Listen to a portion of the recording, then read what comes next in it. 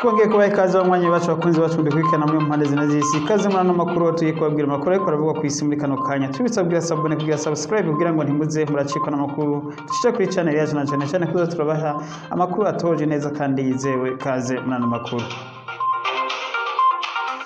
Twabangiye kubaha ikaze kandi rero twibutsa kugira sabone cyangwa kugira subscribe. Ikaze muri ano makuru. Amakuru yacu rero no munsi tugiye kuyahera n'ubundi mu ntambara iri kwirahuza igihugu cy'Urusiya ndetse n'igihugu cya Ukraine, aho imaze amezi 3 n'iminsi 5 neza intambara itanguye mu karere ka Donbas region, niho urugamba ruri kubandaniriza, ndetse intambara rero ikaba yaratanguje n'igihugu cy'Urusiya muco bise ngo special operation, aho bavuga ko Uburusiya bwatanguje intambara ngo kugira ngo bukingire ibihonya bwo kugera ikorekorerwa abantu basanzwe bavuga ururimi rw'Ikirusiya muri kano gace kose ka Donbas region. Rero ariko intambara ikaba yatanguye igihugu cy'Uburusiya gitera igihugu cyose cya Ukraine, ariko mu nyuma abasirikare b'Uburusiya baza kuva mu zindi ntara bari bateye bagaruka mu karere ka Donbas region. Rero kuri uyu munsi rero aya makuru turiko tubashikiriza amakuru inyuma y'amezi 3 yose aheze n'iminsi 5 intambara ziriko ziraba.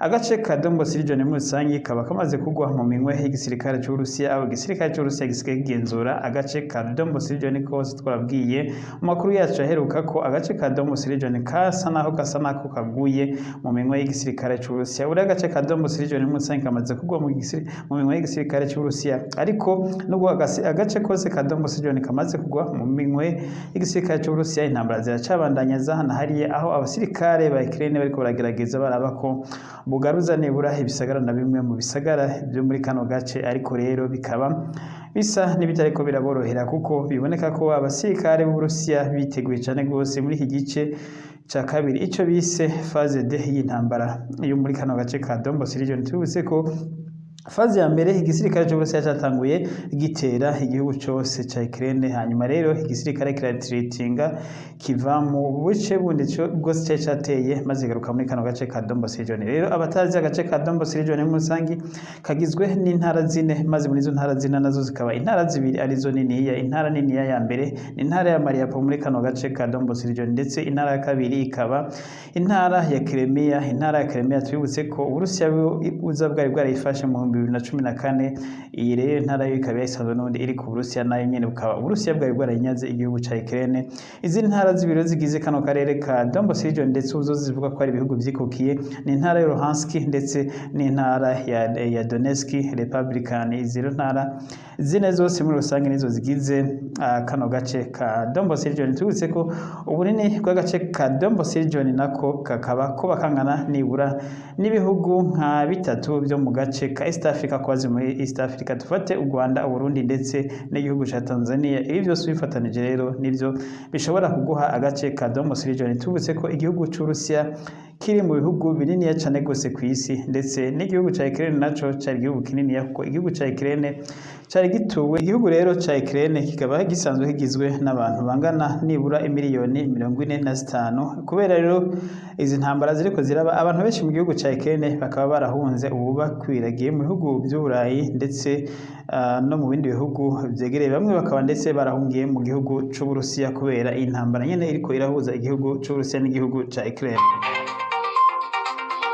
Tukivuga rero ivy'intambara rero iriko irahuza igihugu cy'Uburusiya n'igihugu cya Ukraine, intambara rero uno munsi inyuma yuko agace ka Donbas region abasirikare b'Uburusiya bamaze kugafata kose, ndetse bongeye kugaba ibindi bitero mu gace mu ntara ya Kharkiv, ndetse bino bitero aho bivuga ko byahitanye abantu batari bake, ngo aho byaguye ama misile yatewe n'indege za gisirikare z'Uburusiya akaba yaguye ngo mihana y'abanyagihugu, aho ariko abasirikare b'Uburusiya bakamenyesheje ko ibitero bagize muri kino gisagara ca Kharkiv ko babigize ku birindiro by'igisirikare ca Ukraine. Ariko igihugu nako umuvugizi w'igisirikare ca Ukraine akaba yamenyesheje ko ibitero bakoze muri Kharkiv vyakozwe mu mihana y'abanyagihugu, atabwo vyakozwe ku birindiro by'abasirikare nk'uko ngo Uburusiya bumenyesha. Uburusiya rero bwongeye kwagirizwa n'imiryango mpuzamakungu ko buriko burakora ngo ihonyabwoko mu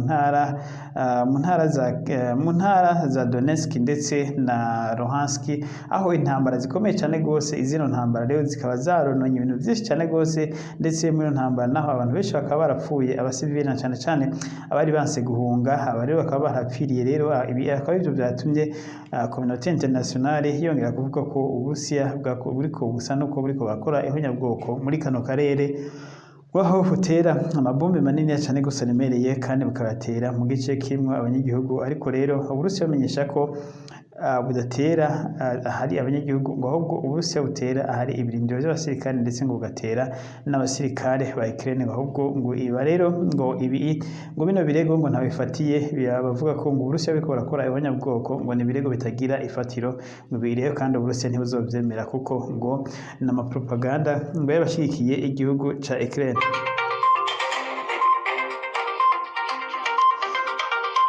Tukivuga rero ivy'intambara kandi tukibandanya n'ivy'intambara ya Ukraine, iyi ntambara ya Ukraine ibandanya atawuzi neza izohagararira. Igihugu c'Uburusiya kimaze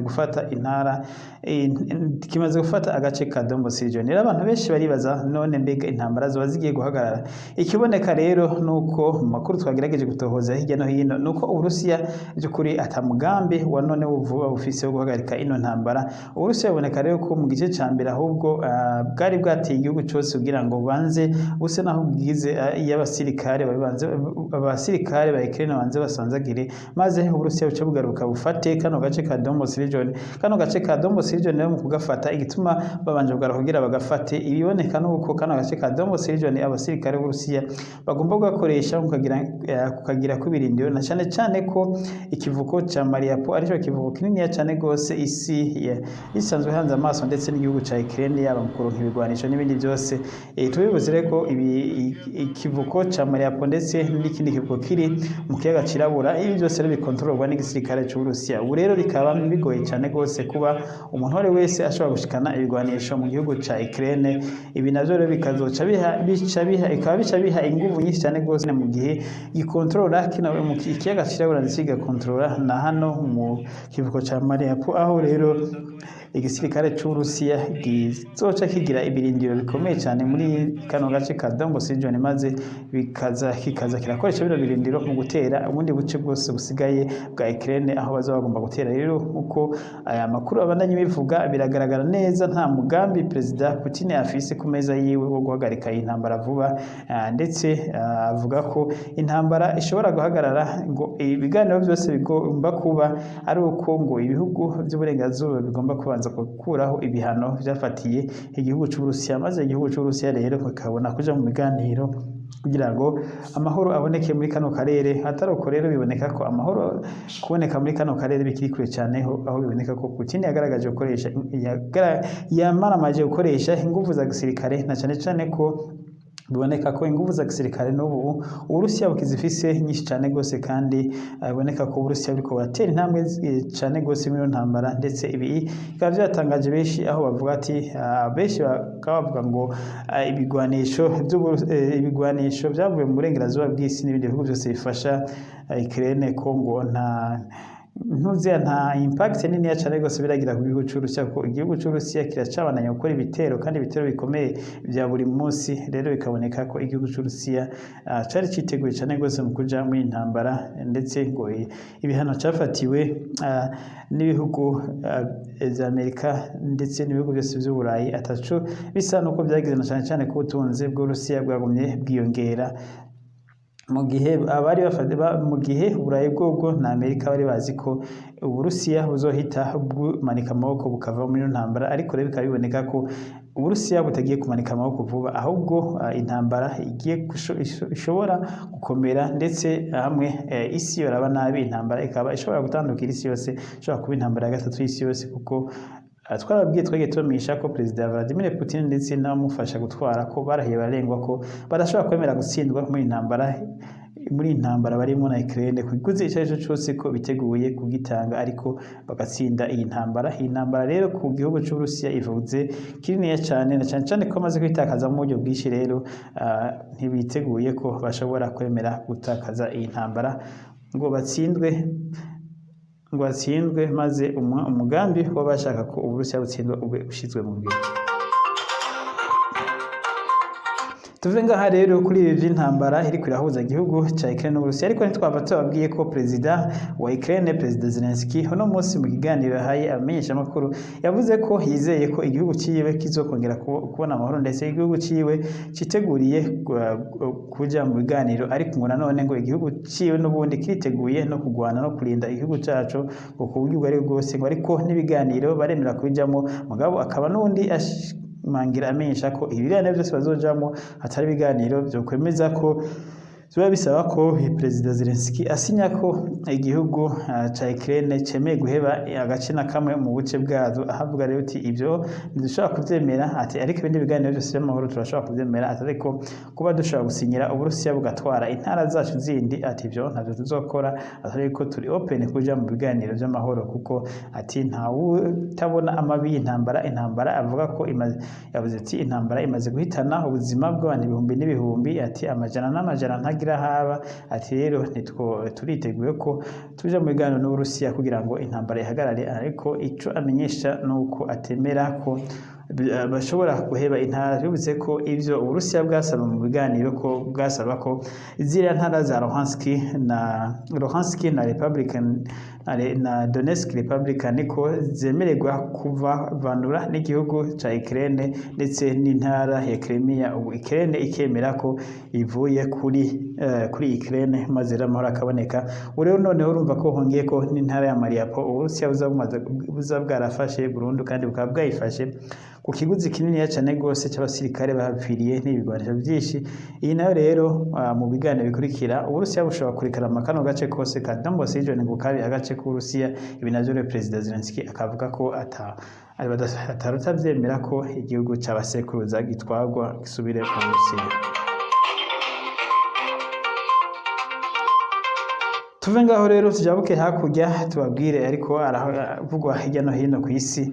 Muri Pakistan ibintu ntabwo bifashe neza, nyuma yaho minisitiri wa mbere yahahora avaniwe ku butegetsi n'inama nshingamateka imukuye ku cyizere, agatorwa minisitiri wa mbere mushasha. Ibintu byabandanije gukomera rero, aho imyerekano yarakomeje, ndetse ku munsi w'ejo uheze aho minisitiri wa mbere yakoze imyerekano ku mugwa mukuru Islamabad, aho abantu benshi cyane gose barapfuye ndetse abandi barakomereka kubera igipolisi n'igisirikare cyateye imwe ibyotsi bikoroza amosozi, ndetse abandi barafatwa barafungwa. Ariko rero ibi Raja Pakistan yahoze ari minisitiri wa mbere, akaba asaba minisitiri wa mbere hari ko tegeka ko inama nshingamateka isamburwa maze amatora akaba bushasha, ngo atari uko naho rero ngo nta mahoro agiye kuboneka. Rero bikaboneka ko uyu minisitiri wa mbere yahahoze Raja Pakistan afise abayoboke benshi cyane gose kurusha abayoboke b'utwara ubu rero ibi bikaba rero byo byatendura abayoboke be, bakaba bamubwira ko badashobora kwemera ko uyu minisitiri